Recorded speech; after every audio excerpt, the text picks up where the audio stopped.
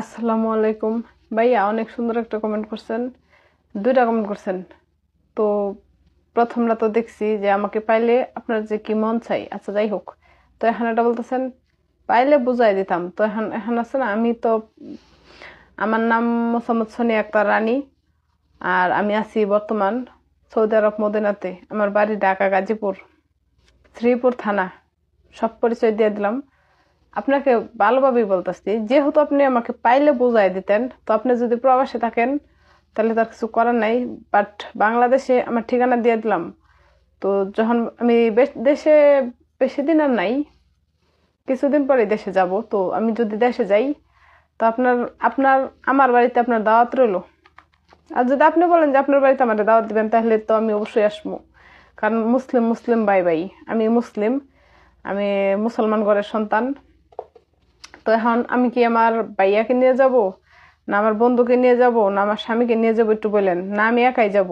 কারণ আপনি আমি আমার বরাবরই কি ছোট থেকে বড় পর্যন্ত আমার একটা খুব ভালো একটা অভ্যাস আছে। সেটা কি জানেন? সুন্দরভাবে বলছেন পাইলে বুঝাইতেন।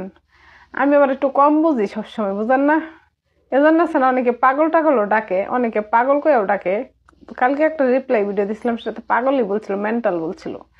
তো এখন আছে না, আমার মানে পাগলও অনেকেই বলে। তো যাই হোক, আমি আমার কম বোঝার কারণে মানুষ এরকম বলে, বেক্কেল, পাগল, আরো কত কিছু বলে।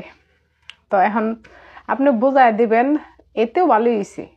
বুঝায় যদি দেন তাহলে আমার চলাফেরা একটু সুবিধা হবে। কারণ আপনি যেহেতু কষ্ট করে আমার বুঝাইবেন, মানে আমি সব স্টেপ সহজভাবে মানে নিতে পারবো। আর রীতিমতো একটা হুমকি দিচ্ছেন। যাই হোক, আমার আবার চ্যালেঞ্জ চ্যালেঞ্জ নিয়ে কাজ করা, চ্যালেঞ্জ নিয়ে চলাফেরা করা, আর চ্যালেঞ্জ নিয়েই এগিয়ে যাওয়া পছন্দ।